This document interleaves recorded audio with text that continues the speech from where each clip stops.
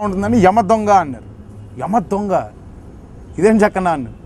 Heroism అన్నా అదేదా సింహం మారి ఉన్నాడు. మరి యముడు ఎవరు చెక్కనా? మరి యమ దొంగ చేస్తే మరి యముడు కావాలి కదా, మరి యముడు ఎవరు చేస్తారంటే మీ పెద్ద సమస్య వచ్చి పడిందే, ఇప్పుడు ఏం చేద్దాం? నాకు తెలీదమ్మా. మాట్లాడుకుంటే ఎవరున్నారు చెక్కనా? చేసే ఏకైక మనగాడు మోహన్ బాబు గారే. ఇంకా ఆయన తప్ప ఇంకెవరు చేయలేరు. మరి మోహన్ బాబు గారు చేస్తారో లేదో డౌట్ కదా చెక్కనా. బయట నిర్మాతలు ఎవరన్నా వచ్చి అండి మా సినిమాలో చేస్తావా, డబ్బులు ఎక్కిస్తే చేస్తారా? డెఫినెట్గా డబ్బులు ఇస్తే చేస్తాను.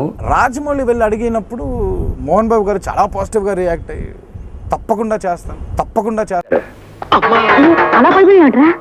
నువ్వు కాబట్టి వాడు హీరో కాబట్టే చేస్తున్నాను అనే అంకుల్ అనడం ఒక విధంగా అది ఆయన ఇచ్చిన వరమే అనుకోవాలి. అందరూ అంకుల్ గురించి చాలా తప్పుగా అనుకుంటారు. ఇష్టం మాడతావేంటి? ఇష్టం వచ్చినట్టు నాలుగు కంట్రోల్లో పెట్టుకున్న మాట. అంటే చాలా కోపం, ముక్కు మీద కోపం, ముక్కు సూటి మనిషి,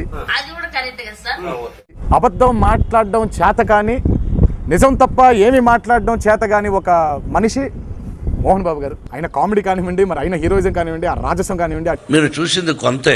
ఆయన కామెడీ కానివ్వండి, మరి ఆయన హీరోయిజం కానివ్వండి, ఆ రాజసం కానివ్వండి, ఆ టీవీ కానివ్వండి, నాకు తెలిసి చాలా తక్కువ మందికి వస్తుంది అంటే నటనలో ఆ రాజసం. తాతయ్య గారు కానివ్వండి, ఎస్ రంగారావులో కానివ్వండి, వాళ్ళ తర్వాత నాకు తెలిసి నిజంగా మోహన్ బాబు గారిని అంకుల్ని చూస్తుంటే నిజంగా ఒక ఇన్స్పిరేషన్గా ఇన్స్పైరింగ్గా ఉంటుంది. ఇలా తాతయ్య గారిలో కానివ్వండి, ఎస్ రంగారావులో కానివ్వండి, వాళ్ళ తర్వాత ఇలాంటి సినిమాలు చాలా అరుదుగా జరుగుతాయి. యమదొంగ లాంటి సినిమాలు. మరి ఆ సినిమా జరిగేటప్పుడు అలాంటి సినిమా జరిగేటప్పుడు నా వంతు కృషి నేను చెయ్యాలి.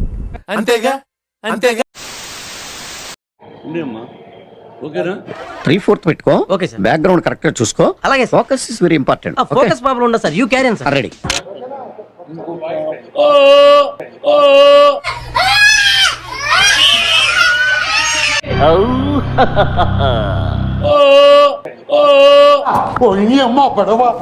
ఇలాగే సార్ కొంచెం ఆడుగా బిహేవ్ చేస్తోంది. కొంచెం ఆడుగా బిహేవ్ చేయడం కాదు సుబ్బారావు గారు, పిచ్చండి ఇది.